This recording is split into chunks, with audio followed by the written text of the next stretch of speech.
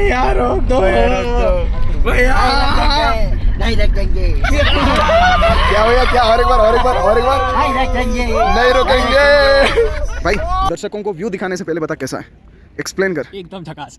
इधर आ तू इधर आ, क्योंकि वहाँ से दिख जाएगा कुछ। हाँ कैसा है? बस बहुत सुंदर है।